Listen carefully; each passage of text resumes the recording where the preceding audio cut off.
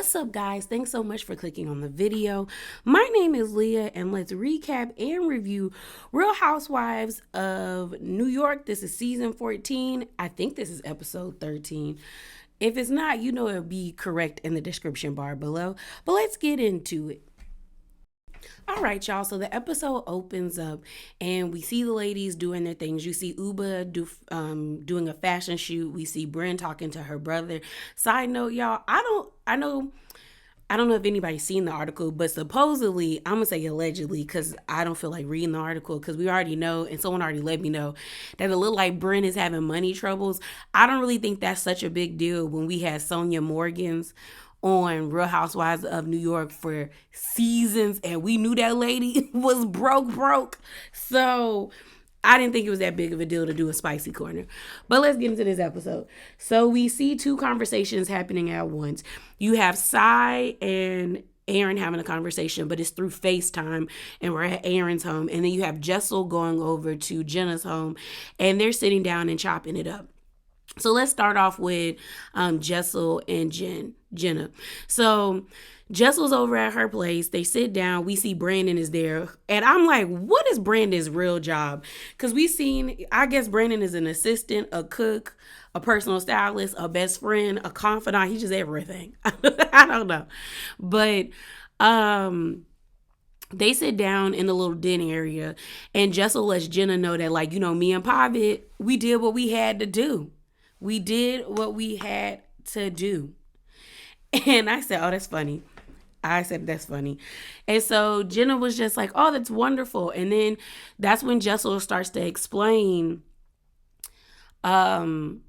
she basically starts to explain like the awkward dinner or lunch that she had with Sai. And pretty much she lets Jenna know, like, I was like 15 minutes late and I felt bad. So I was trying to apologize. And then we started talking. And then I told her about my uncle who was an alcoholic. And you could tell that Jenna was like, ooh, girl, you probably shouldn't have touched that topic about her mom being an alcoholic. And so Jessel was just like, yeah, I thought maybe like she would understand because, her mom was one and my uncle's one. Like, maybe that's the way we could get to know each other. And so Jenna made a good point where she was just like, oftentimes we want the most attention or the relationship with someone that doesn't want one with us. And she ends up saying that, like, you can tell that Jessel wants to relate, and we tell stories to relate to each other, but they're not always received in the best way. And Jenna even told Jessel, like, I can tell that you're trying to, like, build a connection, but it's just not really working. She also tells Jessel, you need to stop trying to, like, defend yourself. Because Jessel's like, I always feel like I'm defending myself. And Jenna was like, but you shouldn't have to, and you shouldn't, like, you don't need to. Oh, side note, they're going to have, like, this couples event. And Jenna's invited, but she won't be there because she will be in Scotland for a brand trip. I said, okay, get your check, girl. Get multiple streams of income, Jenna. So Jess was like, yeah. She was like, I'm kind of done. She was like, I'm done trying to, like, prove myself to these women, trying to, like, be, like, trying to create a relationship with them and them being so against it or constantly giving me pushback for it. And the thing is like, I'll talk about that with the Sai and Aaron. So like I said, we see Sai and Aaron having a FaceTime conversation, but it's Aaron at her home and we see it.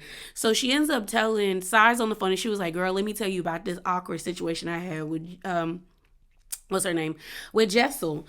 And she's like, okay, tell me what's up. So she was like, pretty much, she brought up my mother and Aaron's like, oh, why would she do that? She was like, she was 40 minutes late. And then Aaron's like, oh, that's super rude. Mind you, here's the thing. Sai was late on purpose last time. And everybody peeped that online on Twitter where everyone, and even I peeped it. I was like, you should, like, the meeting time was at 11. And technically, you showed up at 11:20 because you wanted Jessel to wait on you, but Jessel did a Uno reverse and showed up at 11:40. So technically, you were only waiting for like 12, like, I'm not 12, but 20 to 15 minutes for that lady, give or take. So, I mean, still waiting on someone is still disrespectful because everybody's time is precious and should be valued. But don't sit here and try to act like you were on time and you legit waited that 40 minutes. So then Aaron is talking about how, Jessel just talks in circles. And they both mention that they can tell that Jessel's trying to like relate to them, but it's just not clicking. And that's my thing. If y'all can tell that the girl is trying to like connect with y'all and trying to build a relationship with you, then why are you so harsh? And then begging her or telling her, like, if you just be real with us, when it seems like she is being real. Is it awkward the way she's going about it sometimes? Yes, but to me, I have no reason to question Jessel's story. Now, I was watching Rodney the Voice's review, and I'll put his name on the screen so y'all can check his channel out. I enjoy his channel. He said that he saw on Twitter that I guess a couple of people have been saying that Jessel wasn't originally from New York like everybody else on the cast. Like, she's a transplant. Like, she originally was living in Dallas in like a $2 or $3 million home. And then, like, they were casting for the show. And once she got it, her and her family moved to New York. And if that's true, I can somewhat understand the girls being like, tell us your real story. But just because she owned a multi-million-dollar home, that does not mean the story that she's telling you isn't true. As well as, if we're going to be all the way 100, yes, you can't conflate the two. Your mom is your mom, your uncle is your uncle. But the way people's families are set up, your uncle could be more valuable to you than your mom if your mom treated you like trash. And vice, like, and your mom, if your mom was golden, nobody could compare to her. But when you listen to Sai talk, Sai acts like she holds her mom with such reverence, but you got this lady in a trash bag, in a Walmart grocery bag, ma'am. Like, if I held my parents to if my mom or dad passed away, and Lord, not until I'm 98 that they can go meet the glory. They can't no time soon. Knock on wood. Okay, they can't go meet the Lord until I'm 98. But pretty much what I'm trying to say is, if Sai had such a wonderful relationship with her mother, your mom wouldn't be sitting your mom's ashes would not be sitting in a Walmart or just a thank you come again grocery bag. It wouldn't be happening. You would have had her in a beautiful urn, or like she stated earlier on in the season, talking about planting her mom's ashes at one of the trees at one of the homes that they have. Like, you would respect her well after she's not here, and to just have her in your closet in a grocery bag tells me how deeply you value that relationship. It also explains to me how much you don't like your mom and you still hold resentment towards her, which you have every right to. Growing up to someone who's an alcoholic, as well as your dad like living off of poverty, that is a crazy mix of childhood trauma right there. So I can understand her emotions, but the way that they treat Jessel, as Jessel tells her story, it's weird to me, because even if I don't like somebody, I'm not in my mind questioning what you got to say to me. I'm legit just being like, it goes in one ear and out the other. So then they bring up Pavid going to Vietnam. And now, y'all, I was side-eyeing it too, but I'm going to feed in this clip of Pavid explaining like what he's doing. And it actually makes sense, especially when I was looking at another person's review. Y'all know I love Nikki Star TV. And she was talking about how her sisters will do the same thing as Pavid. And then I also saw people online talking about they've done the same thing, where they'll go out the country internationally to like, I don't know, like England or like Spain or Paris or something, and they will only stay there for like 48 hours or 73 hours, and I guess gain the points and have like a mini vacay and then get back on the plane, because I guess when it comes to being a part of certain airline memberships, you have to have a certain status with a mileage for your status, and that makes sense, because I saw that a lot of people were upset because I think it was either Delta or United that changed their policy, and people were irritated about it. So it kind of makes sense, but let me feed in this video for y'all. I'm with Jessel in Mexico City, and I see this alert for a fare pop-up for Cathay Pacific First Class Vietnam. We've been together before, so I asked her if she wants to go with me again on a mileage run, and she says no chance, even though it was first class. So I asked her if I can go by myself. She said sure, no problem. I booked 3 tickets, and as you can see here, they honor the fair a few days later. So I'd be an idiot not to actually go and use my tickets. But stay tuned because I'm going to share my experience about what the sandwich was like because it was amazing, as well as what Cathay Pacific First Class is also like. So stay tuned. All right, so you saw Pavitt like explaining what he's doing. So I kind of believe that he not out here doing nothing, salacious. Okay. The next thing we see is of Uba. She's going to I guess, a local restaurant in their area, and we find out that she's partnering with the restaurant to sell her hot sauce and also have her hot sauce be a part of the different dishes that they offer at their restaurant. I think that's wonderful, but I feel like we too late in the game. We're on the second to last episode of the entire season. Like the next episode is going to be the season finale episode, and then after that we're probably going to get a two-part reunion. I just feel like, babes, like I feel like they could have gave us more about Uba's backstory, honestly, or more of this business of endeavors that she's been doing. I don't know. It just feels too late in the game for some reason. And maybe when we have next season, because I hope everybody comes back, even lame ass side. But because I feel like it will give the ladies an opportunity to like stretch out a little bit more, maybe flesh out their characters more on the show. But yeah, it was funny. She was telling the story about when she first ate pretzel bread or had a pretzel like sandwich, the pretzel bread sandwich or the pretzel buns. Fire. And it made me think about how when we were living in Northern Virginia, my dad would always take us to Sheets, and shout out if you know what Sheets is, okay? Sheets over Wawa, okay? But we would get a sandwich from there in the morning. Like it would be like you could order your sandwich and everything, and it would be like was it sausage? It was like sausage, pepper jack cheese, and an egg between two pretzel buns. When I tell you, that used to be the highlight of my morning because I know that sandwich was gonna hit every time. Every time, y'all.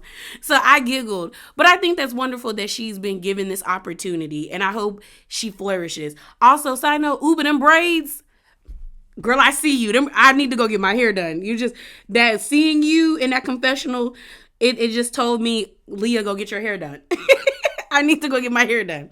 We then get this really sweet scene with Sai and her Aunt Sophie. And y'all, why did it make me cry? It made me, like, I teared up. Y'all know I don't like Sai, but I teared up. So her Aunt Sophie is over there. She's telling us about her aunt, how like her aunt is pretty much like the matriarch of the family. They're doing dinner, like I guess trying to get dinner ready for the family.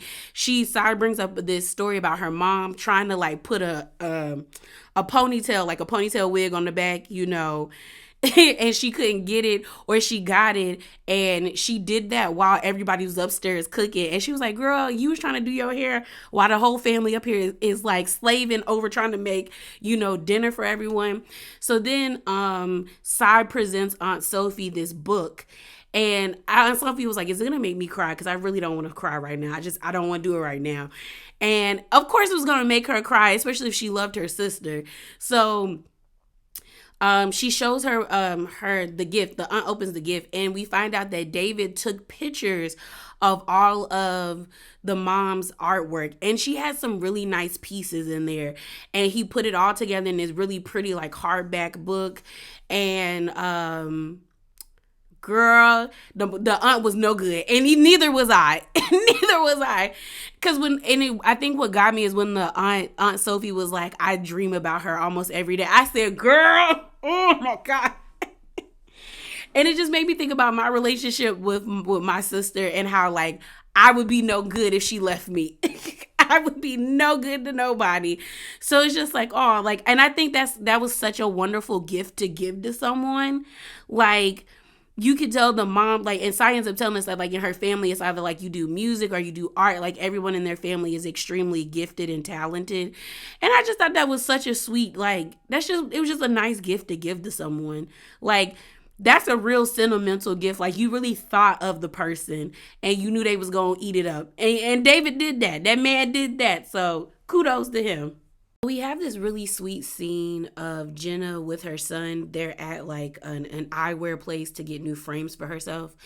And she talks about how she likes her son, and she feels like this is giving her the opportunity to re-envision her like reimagine what she could have had with her mom, because she said she could tell her mom didn't like her, which is horrible. And it's crazy to me because I remember seeing a lot of people talk about that online, where they're like, I know my parents love me, but they don't like me because they don't take interest in my hobby, or they don't like my personality. So I'm glad that she has a healthy relationship with her son, and that she's probably getting healed in some way with him, with the relationship she has with him.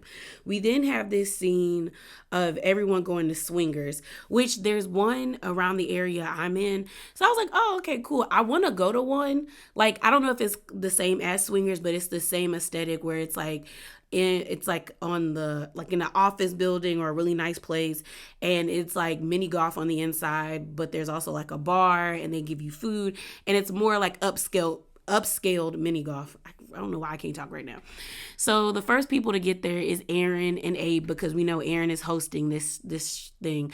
Then we have Sai and her husband come. Honestly, I think everybody's perspective on Sai and Aaron is pretty spot on. They're too invested in Jessel and Pavitt's relationship. Like, it's starting to feel like y'all don't want people to focus on what you really got going on. Because in all honesty, they're too invested. Like, y'all are too invested. So I guess Sai didn't know Jessel was coming. We know Bryn's not coming because she's still sick. And then Uba's late. So they're there. They're asking their husbands. Aaron and Sai end up telling Abe and David, like, oh, Jessel and Pavitt finally had sex. David is messy. Because the way David is like his wife, he messy. Because he kept being like, they had to have like a date to do it. Yeah, okay. They got 2 twins. You have middle schoolers probably. You have an elementary school kid probably. Like, that little girl looked every bit of maybe 11 or 10. Maybe 12. Maybe 12. So I feel like, yeah, aren't you 13 in like 8th grade? Yeah. You in middle school. That's middle school area. And then the little boy looked like maybe he was like 5 or 6. So I'm just kind of like, you know how crazy it was to have 2 kids at the same time. Why would you not expect them to have to learn how to like maneuver their new relationship, as well as they're 2 years old? Kids are wild, bro. So then, Abe, I don't know. And then they start talking about, like, Aaron gave Abe a BJ, and he was like, he wants more. That's how I know that man said he wanted to open their marriage. You not doing the things you said y'all be doing. They don't really be getting it in the way they say they get it in. It's giving Abe got a side chick out there somewhere. Somebody out there. Somebody. So Pavitt and Jessel finally get there. They stop grilling. They start grilling Pavitt about the whole Vietnam thing. And you can tell it's awkward. And Pavitt ends up telling them, like, normally tickets to Vietnam are $15,000. Like, they're extremely expensive. He said, well, I was online and I saw that they were $900, so I bought 3 of them. And he was like, I've already been twice, and this is the last time I'm going to go before, like, the ticket expires. And they're like, why are you going to Vietnam? Like, do you like Vietnam? He was like, yeah, I like Vietnam. But he was like, have you ever been on a first class flight somewhere? Like, it's very relaxing. I'm going to be able to eat caviar and whatever I want, and then I'm coming back. And he was like, and they were like, are you going to stay in Vietnam? And he was like, yeah, for maybe like a day or 2. And then I'm going to get back on. I was like, I just want to get away from my family for a minute. Like, it's only going to be a day or 2, and then we're going to be back together. So the guys get up and they start mini golfing. And then Sai also gets up, so it's just Aaron and Jessel sitting there. And Aaron's like, so are you okay? Because I heard what happened. And at first, Jessel was kind of caught off guard, but then she was like, yeah, she was like, it just felt like she was being really cold. And I didn't get why she was being cold. So then Sai comes and sits down. Sai is telling Jessel that she was offended that she even mentioned her mom. She's really like, Jessel needs to learn how to keep up. Because at this point, there's no need. Like, the way me and Sai would have been I would have made a scene. I'm going to just call it that. Because me and her would have been in that place arguing. Because I'd have been like, first of all, check your tone and check your attitude. Because if I'm not meeting you with that same energy, don't meet it with me. Unless you want me to get louder. And Sai only does that to Jessel because she knows she could do it with Jessel. She know Bryn will cuss her out. Uba will cuss her out. And Aaron would match her energy. And she's not going to do it with Jenna because Jenna is somebody that she's trying to keep a relationship with because Jenna is a beast in the fashion industry. So the only person she can have an issue with and go tit for tat with is Jessel. And she knows Jessel can't keep up. Because after a while, Jessel should have been to me the one to get up and walk away. Cause Jessel did, and I was glad Jessel didn't apologize to Sai. Cause Sai said she was offended and Jessel just said, okay. Keep saying okay. Cause I wouldn't apologize because if I didn't mean any harm by it, even if you, I'm not even gonna say that. If they know that Jessel was not trying to compare. They keep being like she's trying to compare, and while they're arguing, Uba pops in, and then it did start feeling like a Mean Girl cliquish type stuff, where you got the alpha argue, like you got Gretchen. What's the girl? The girl off of Mean Girls. Is it Gretchen Winger? You got her yelling at Jessel, and then you got Lindsay Lohan and the other broads in the corner giggling and kikiing, and that's basically what it felt like. And Jessel was like, "This whole Mean Girl thing is it's getting out of hand. Y'all are doing too much." So Sai gets up. Jessel's just sitting there, kind of just overwhelmed and like kind of taken aback by it. The guys come and sit back down. And you got Sai being a bitch, sitting at the end of the table, or not the table, but the end of the booth area that they're sitting in, talking about, I say the things that like nobody wants to say. I don't try to be cordial because you're nasty. And I don't even like calling people nasty. But the way that she was acting was so nasty, bro. It was so nasty. Like, and she's only, and I think the reason why I felt like it was nasty, because I feel like had it been anybody else, and she was doing this with, I probably wouldn't take it that way, but you're doing it with Jessel because you feel like you can punk her. She wouldn't do that with nobody else because they would match her energy. Like, we're going to see next episode, she going to go off on Bryn, and Bryn just going to look at her like she's stupid. And then she's going to be like, F you and your birthday, and leave. Because it's just, I can't. So then you got Uba asking all the men, like, why are you with your wives? After David, who is basically trying to figure out why Uba ain't got no man. I'd have been like, oh man, sit there and eat your food. Shut up and don't ask me nothing. Don't do it. Leave me alone. Leave me alone. So Uba's like, okay, well, she's flipped it on them and said, tell me why you're with your women. And so David said something about Sai being the most honest person he knows. I was like, okay. And then Abe said something about, about Aaron, talking about he wants to walk through life with her because she keeps it spicy.